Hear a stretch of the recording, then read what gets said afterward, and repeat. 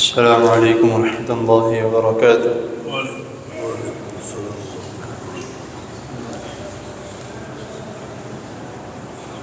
نحمده ونصلي على رسوله الكريم، أما بعد، أحسن الكلام كلام الله، وأحسن الهدي هدي محمد صلى الله عليه وسلم۔ حضرت محترم،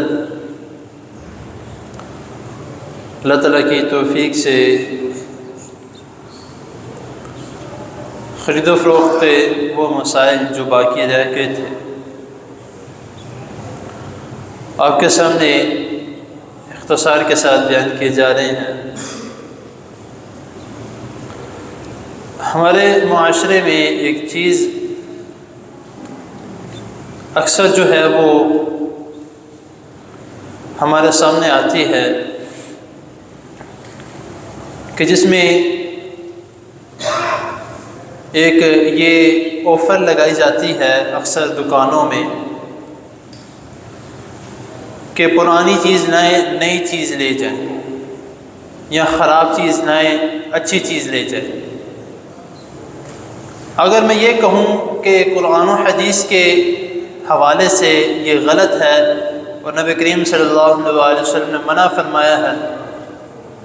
تو بہت سے احباب یہ کہیں گے کہ آپ نے ایک نیا مسئلہ جو ہے وہ کھڑا کر دیا، جبکہ نبی کریم صلی اللہ علیہ وسلم نے اس عمل سے منع فرمایا ہے، لیکن اس کا ایک طریقہ کار رسول اللہ صلی اللہ علیہ وسلم نے بتایا ہے۔ ایک مرتبہ کچھ صحابہ کرام کو نبی کریم صلی اللہ علیہ وسلم نے خیبر کے مقام پر بھیجا زکوٰۃ اکٹھی کرنے کے لیے، تو وہاں پر انہوں نے وہاں سے وہ کھجوریں لے کر آئے، کافی اچھی کھجوریں تھیں۔ تو رسول اللہ صلی اللہ علیہ وسلم نے ان سے سوال کیا کہ کیا وہاں پر خیبر میں ہر کھجور اسی طرح کی ملتی ہے، تازہ اور اچھی کھجور؟ تو انہوں نے کہا کہ نہیں اللہ کے رسول صلی اللہ علیہ وسلم، ہم تو یہ کچی کھجوریں یا کم قیمت والی کھجوریں ان کو 2 سا یا 3 سا دے کر 1 سا یہ کھجوریں ہم لے کر آئے ہیں۔ تو نبی کریم صلی اللہ علیہ وسلم نے منع فرمایا کہ دوبارہ اس طرح نہ کرنا۔ اگر تم نے اچھی کھجور لینی ہے اور تمہارے پاس لینے کے لیے رقم نہیں ہے، تو پہلے تم جو تمہارے پاس دوسری کھجور ہے، کم قیمت والی کھجور یا خراب کھجور ہے، اس کو پہلے فروخت کرو، جو اس سے رقم تمہارے پاس آئے گی اس سے تم اچھی والی کھجور خریدو۔ یہ طریقہ کار ہے۔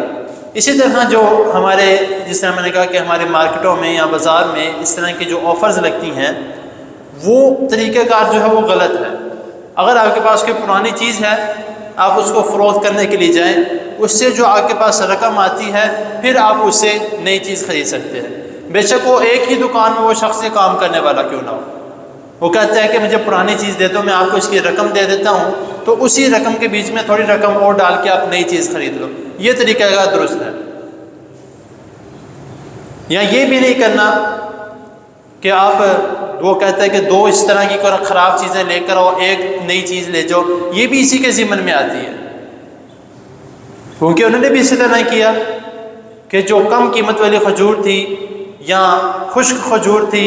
انہوں نے وہ 2 یا 3 سا میں دے کے 1 سا میں وہ خرید لی۔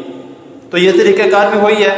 کہ 2 خراب چیزیں لے کر آئیں یا 2 پرانی چیزیں لے کر آئیں، آپ ایک جو ہے وہ اچھی والی چیز لے جائیں۔ تو نبی کریم صلی اللہ علیہ وسلم نے اگر اس میں ہماری رہنمائی فرمائی ہے، اس میں ہمارا فائدہ ہے۔ اب کہ جو فائدہ کیا ہے؟ فائدہ یہ ہے کہ نبی کریم صلی اللہ علیہ وسلم نے جو لینے گیا ہے یعنی خریدار،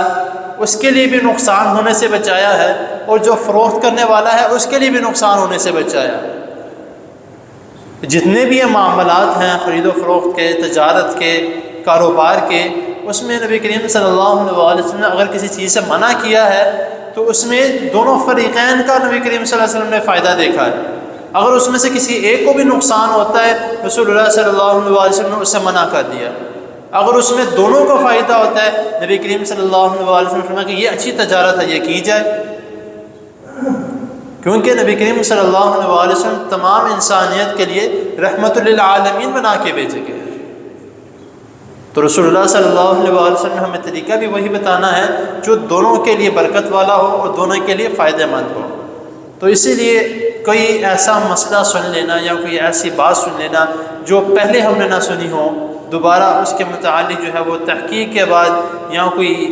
پہلی مرتبہ جو ہے وہ اس طرح کا مسئلہ بیان کرتا ہے، تو اس میں یہ مسئلہ نہیں ہے کہ ہم نے کسی نے کوئی نیا مسئلہ ایجاد کر دیا ہے، مسئلے سارے پرانے ہیں، بس ہم تھوڑا لیٹ سنتے ہیں۔ اللہ تعالیٰ کی حضور دعا ہے اللہ تعالیٰ ہمیں جو سنا اس کو سمجھنے کی اور اس پر عمل کرنے کی توفیق عطا فرمائے، اور صحیح سنت کے مطابق اللہ تعالیٰ ہمیں کاروبار کرنے کی، خرید و فروخت کرنے کی توفیق عطا فرمائے، اور حرام کے لقمے سے اللہ تعالیٰ ہمیں بچا کے رکھے۔ جزاکم اللہ خیر۔